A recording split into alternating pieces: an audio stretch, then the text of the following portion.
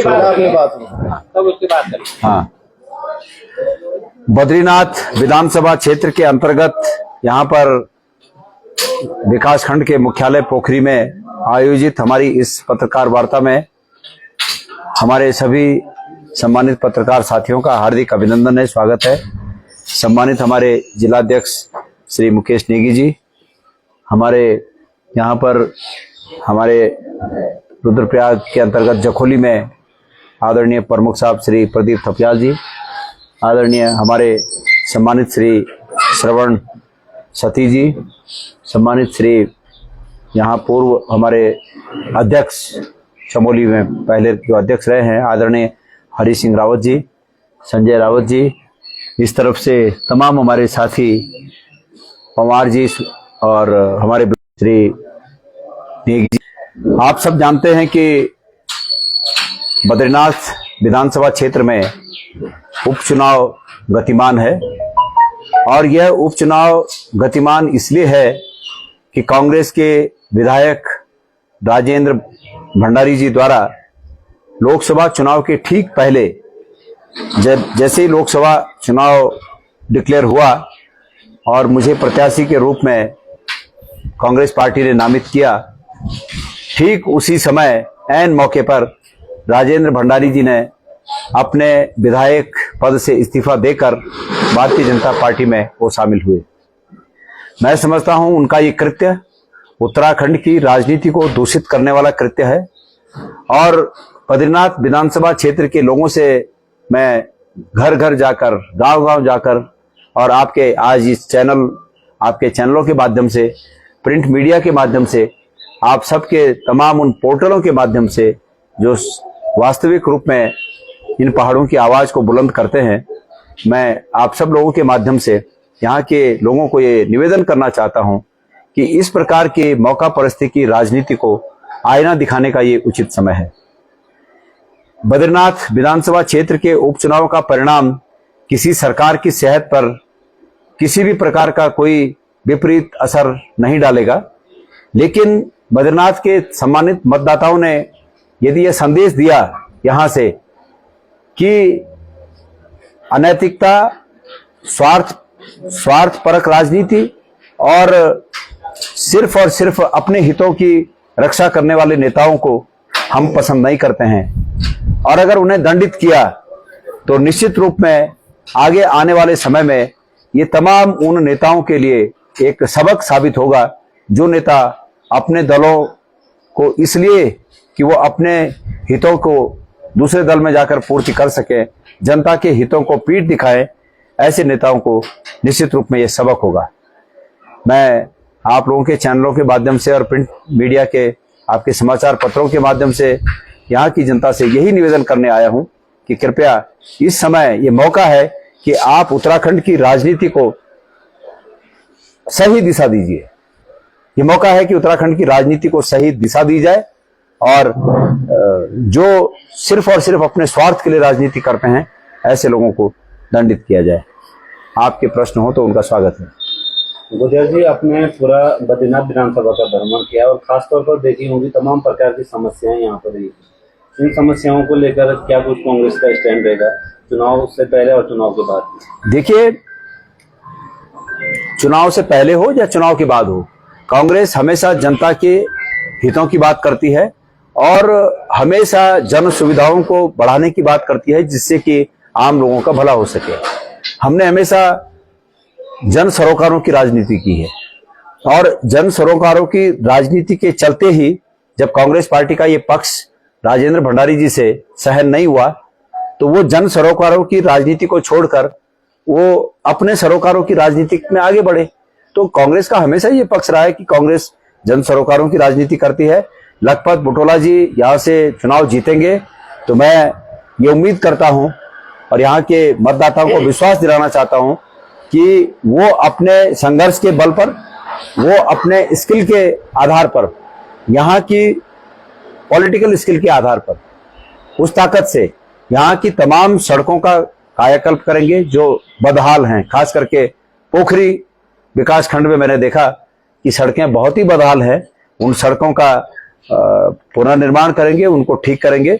मेरा ऐसा मानना है। गोजर साहब, राज्य गठन के बाद आज तक जितने भी विधायक हुए, मंत्री हुए, पोखरी सही है, पोखरी इनका गृह क्षेत्र है, लेकिन जो तमाम समस्याएं पोखरी में आज भी बनी हुई है, इसको लेकर आप क्या सोचते हैं? और ये निश्चित रूप में ये दुर्भाग्यपूर्ण है कि यहाँ से होने के बावजूद जो आप कह रहे हैं, यहाँ से सभी जनप्रतिनिधि, बड़े जनप्रतिनिधि यहाँ से हुए, लेकिन उसके बावजूद ये हाल है। सड़कों का हाल तो बहुत ही बुरा हाल है।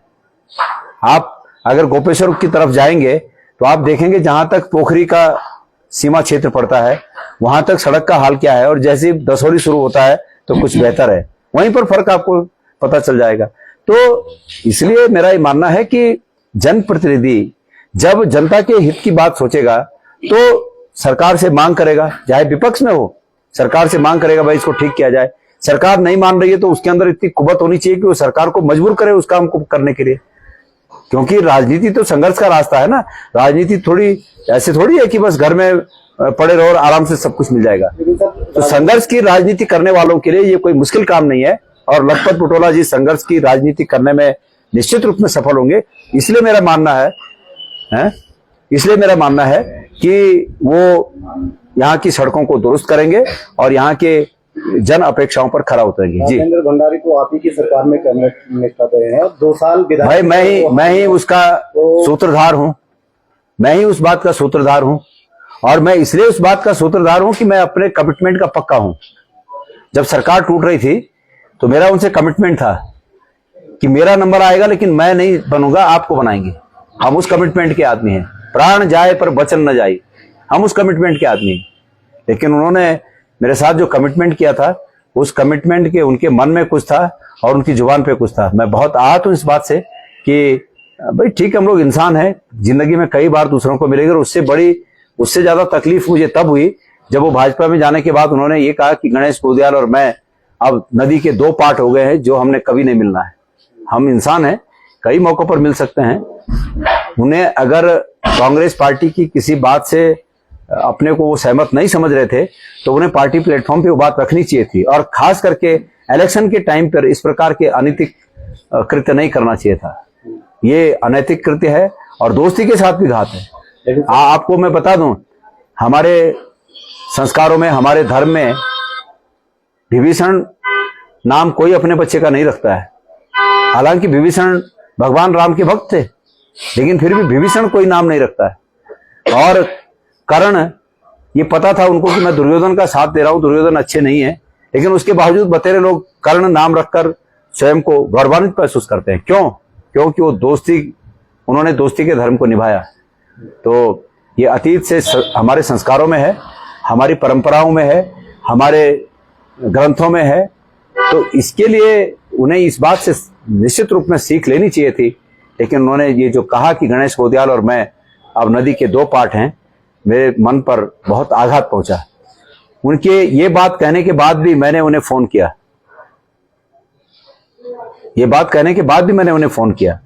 लेकिन उन्होंने फोन नहीं उठाया फिर। और तब मुझे लगा कि वाकई वो ये मन बना चुके हैं कि गणेश गोदियाल और नदी के 2 पार्ट हो गए। और ठीक है, हम उनके सामने छोटे आदमी हैं, वो 2 बार मंत्री रहे हैं, और रिश्ता बड़ा तय करता है कि उसको कैसा रिश्ता रखना है। इसलिए ये अधिकार उनका है कि उनको कैसा रिश्ता रखना है, और जो रिश्ता उन्होंने चुना है, गणेश गोदियाल को रिश्ता पसंद है। गोदियाल साहब, आपने पूरे बद्रीनाथ विधानसभा के जो चुनाव प्रचार की कमान है वो आप संभाले हुए हैं, कितना जनता का रिस्पॉन्स आपको इस चुनाव के बारे में? पहली बात तो यह है कि पूरे विधानसभा चुनाव प्रचार की कमान मैंने नहीं संभाली है। इसके लिए हमारे विक्रम नेगी जी, जो कि विधायक हैं प्रतापनगर से, उनको हमने ये जिम्मा दिया है, वो इस चुनाव के संयोजक हैं। बाकी सभी वरिष्ठ नेतागण, प्रीतम सिंह जी, करण मेहरा जी, हरीश रावत जी, सभी लोग अलग क्षेत्रों में चुनाव प्रचार कर रहे हैं। मैंने दसौली ब्लॉक में 3 दिन का कार्यक्रम किया, यहाँ पोखरी ब्लॉक में 2 दिन का कार्यक्रम किया। मेरे विधानसभा क्षेत्र में कल एक हमारा युवा भाई शहीद वीर गति को प्राप्त हुआ, और अभी मुझे वहां निकलना है। उसकी कल अंतिम संस्कार शायद कल किया जाए, तो मुझे वहां उनके यहाँ निकलना है, इसलिए मैं अभी जा रहा हूं। लेकिन मैं फिर परसों से इस विधानसभा क्षेत्र में प्रचार के लिए पुनः आऊंगा। तो सभी लोग अलग अलग जगहों पर अन्य विभिन्न स्थानों पर चुनाव प्रचार कर रहे हैं। तो ऐसा नहीं है कि पूरा चुनाव का मैं ही दारोमदार मेरे पे है। प्रत्याशी अपनी तरह से लगे हुए हैं। कांग्रेस के कार्यकर्ता सब सेक्टर तक बांटे हुए हैं और सब अपने अपने सेक्टरों में मुस्तैदी से काम कर रहे हैं। मैंने जो जनता का मिजाज देखा, जनता निश्चित रूप में तैयार बैठी हुई है कि हमने उत्तराखंड की राजनीति को शुद्ध करना है। बतेरे लोगों के ये शब्द हैं कि हमने उत्तराखंड की राजनीति को शुद्ध करना है और पूरे उत्तराखंड के लोगों की नजर इस विधानसभा क्षेत्र के मतदाताओं पर है। यहाँ के मतदाता इस समय मौका है कि उत्तराखंड की राजनीति को शुद्ध करें। बात बीजेपी कांग्रेस की नहीं है। कोई भी व्यक्ति, किसी दल का, कांग्रेस का हो, बीजेपी का हो, कोई व्यक्ति अगर इस तरह के कृत्य करता है तो सार्वजनिक जीवन में और राजनीतिक जीवन में उसको स्वीकार्य नहीं किया जा सकता। तो गल जी, यहाँ के जो भी बद्रीनाथ विधानसभा रेफर सेंटर बने, तो क्या गणपत जी के आने यहाँ के अस्पतालों में सुधार होगा, यहाँ के युवाओं की उम्मीदों में सुधार होगा। आज यहाँ का युवा नाउम्मीद हो चुका है। अभी कोई मुझे बता रहा था कि एक बहन प्रसव पीड़ा के दौरान जब यहाँ से गोपेश्वर के लिए गई तो गोपेश्वर से फिर उनको रेफर कहीं और जगह किया गया, लेकिन इतने में जच्चा पेट में ही मर गया, बच्चा पेट में ही मर गया। तो जच्चा बच्चे की जो स्थिति है आज पूरे उत्तराखंड में स्वास्थ्य सेवाओं के चलते आपको खुद ही जानकारी होगी कि क्या स्थिति है। हर छोटी बुखार भी हो गया है तो रेफर हो जाता है। मैं अभी पौड़ी जिले में कुछ दिन पहले एक जगह भ्रमण पे गया था, धुमाकोट में। एक 27-28 साल का 24-25 साल का एक युवा बीमार होता है, उसको धुमाकोट के पीएचसी में ले जाया जाता है। वहां से उसको रामनगर रेफर करते हैं, रामनगर वाले हल्द्वानी रेफर करते हैं, हल्द्वानी वाले दिल्ली रेफर करते हैं और इतने में उसकी मृत्यु हो जाती है। तो ये हाल है सब जगह चौपट हाल है। मंत्री भ्रष्टाचार में लिप्त हैं। आपको एक खबर दे दूं मैं, चमोली सहकारिता विभाग में कुछ पदों पर आजकल भर्ती चल रही है और आपको जानकारी ये पता चलकर ही आपको आश्चर्य होगा कि इस भर्ती की प्रक्रिया और इसमें जो रिटर्न टेस्ट होना है उसकी परीक्षा दिल्ली में ली जा रही है। लोगों को 2-3 दिन पहले मेल आ रहे हैं कि आपने फलाने दिन दिल्ली पहुंचना है और वहां ही परीक्षा आयोजित की गई है। क्या उत्तराखंड में इन परीक्षाओं का आयोजन नहीं हो सकता? ये सब भ्रष्टाचार की भेंट चढ़ चुका है। लोगों को नशा पिलाकर, खाली बेमतलब का नशा पिलाकर कि बीजेपी को वोट देकर आप गौरवान्वित महसूस करें, ये नशा पिलाकर अपने उल्लू सीधे किए जा रहे हैं नेताओं के द्वारा। तो ये सब चीजें हैं। तो मैंने कहा ना, जो स्वास्थ्य विभाग के मंत्री हैं वही सहकारिता के मंत्री हैं। और मुझे तो लगता है कि भारतीय जनता पार्टी को एक भ्रष्टाचार विभाग खोलना चाहिए और उनको भ्रष्टाचार विभाग का मंत्री बना देना चाहिए। तौर पर और एक ये थोड़ा ये चुनाव प्रचार चल रहा है, तो कांग्रेस पार्टी की ओर से मैनिफेस्टो क्या है, क्या कांग्रेस को? देखिए, ये उपचुनाव है।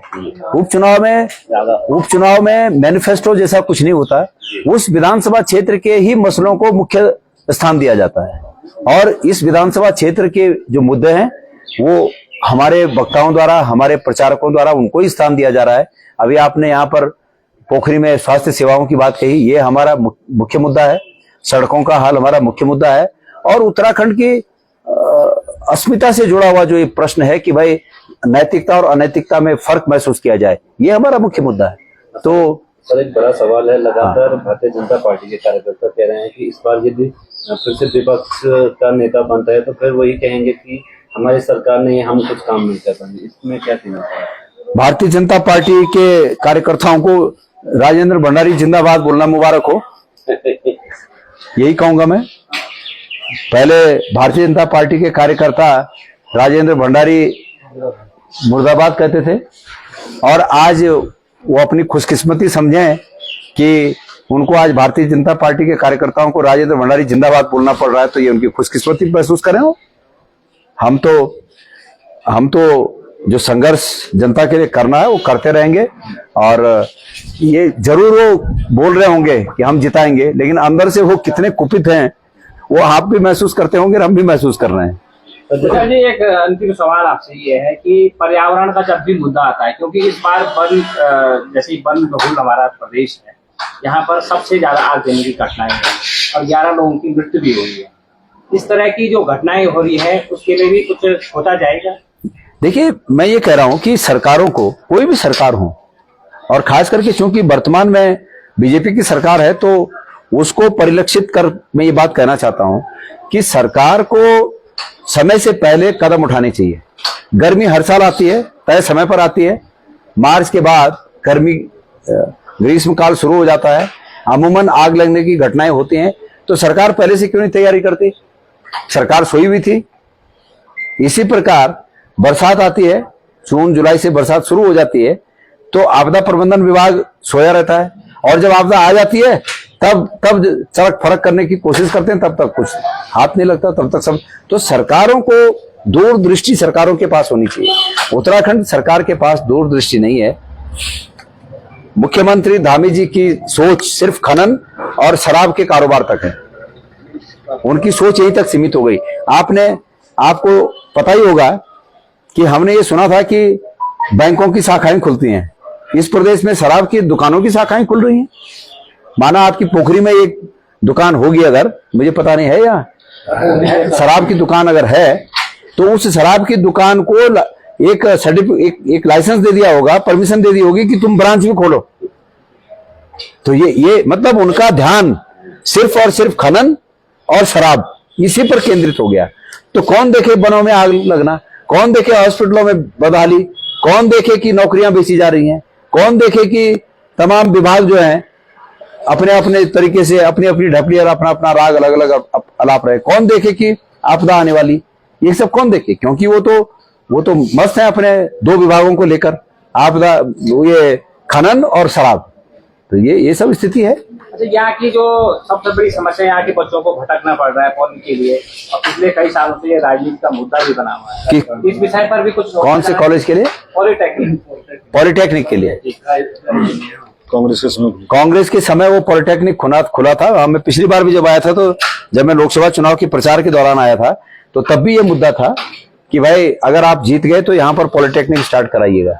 ये प्रश्न तो राजेंद्र भंडारी जी से पूछना चाहिए था आपको कि अगर आप इस पॉलिटेक्निक को खुलने के लिए और इसके बदहाली के लिए अगर इस्तीफा देते, तो तब तो आप क्रांतिकारी कहलाते, तब तो आप बलिदानी कहलाते। लेकिन इसके लिए तो आपने इस्तीफा नहीं दिया। अगर इस तरह के 10-20 मांगे रखते कि सरकार इसको स्वीकार करे, अन्यथा मेरा इस्तीफा है, तो तब तो लोग बोलते भाई बलिदानी है, इन्होंने अपने पद का बलिदान दे दिया। लेकिन अब जनता सब समझ गई है, और मेरा निवेदन है कि इस लखपत बुटोला जी को जिताइए, और लखपत बुटोला जी इसके लिए संघर्ष करेंगे और इस पॉलिटेक्निक को स्टार्ट कराएंगे। धन्यवाद। चाय लाओ भाई, चाय लाओ फिर।